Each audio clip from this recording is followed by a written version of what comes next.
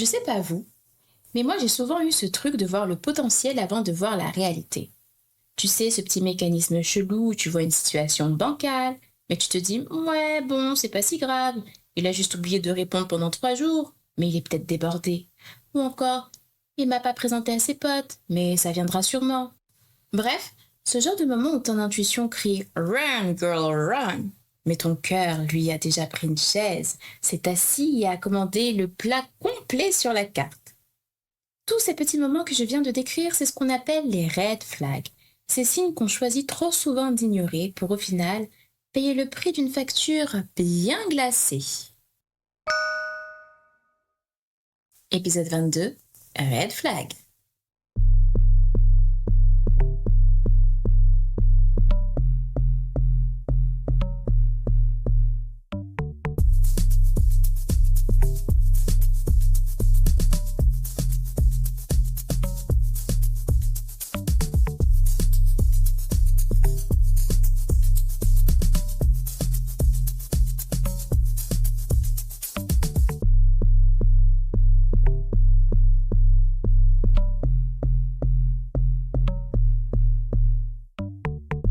Je vais être honnête.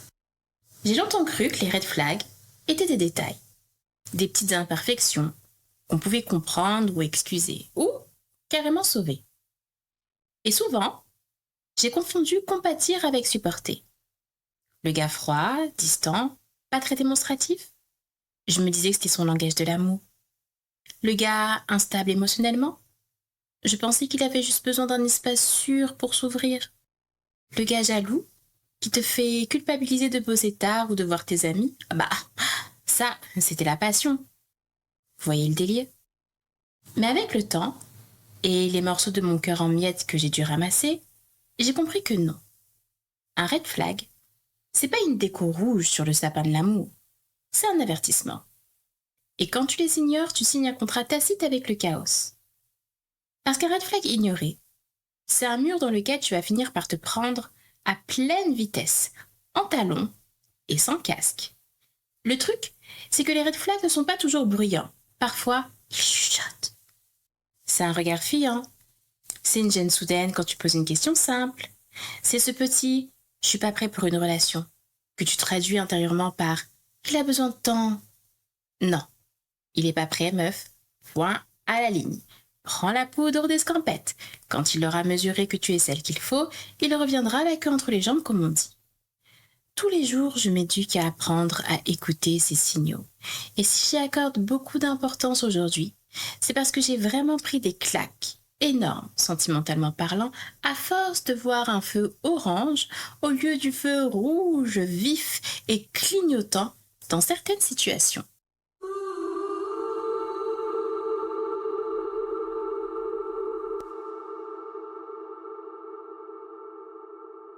Vous vous souvenez certainement de G, mon ex terriblement infidèle. Pour ceux qui ne se souviennent pas ou qui me découvrent seulement dans cette saison 2 de Destiny Podcast, je vous invite à écouter l'épisode 9 de la saison.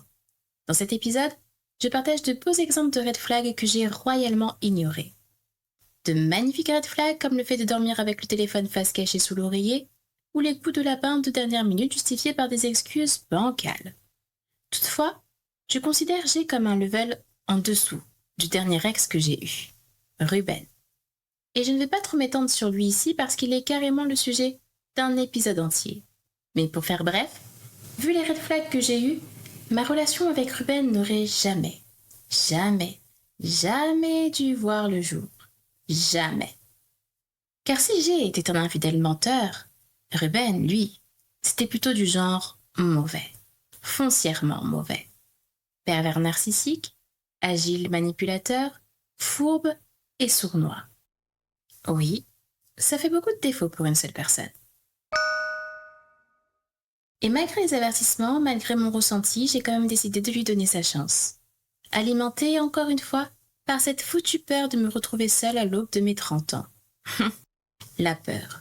Ce sentiment qui te fait commettre les pires erreurs.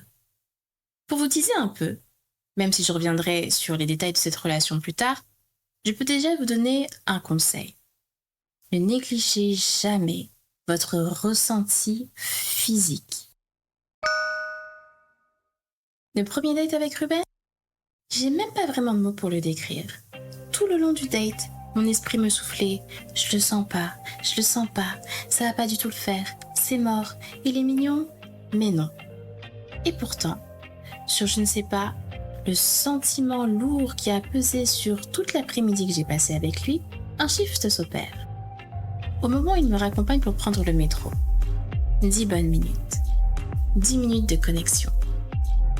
Et en bonne poire que je suis, j'ai ignoré les signaux d'alerte d'une après-midi entière à cause de ces 10 minutes d'échange. Écoutez bien ce que je suis en train de vous dire. J'ai occulté 3 ou 4 heures de date remplies de red flags pour 10 minutes de dopamine déguisée. 10 petites minutes où il a su dire exactement ce qu'il fallait, avec le ton qu'il fallait, pour faire vibrer la corde qu'il fallait.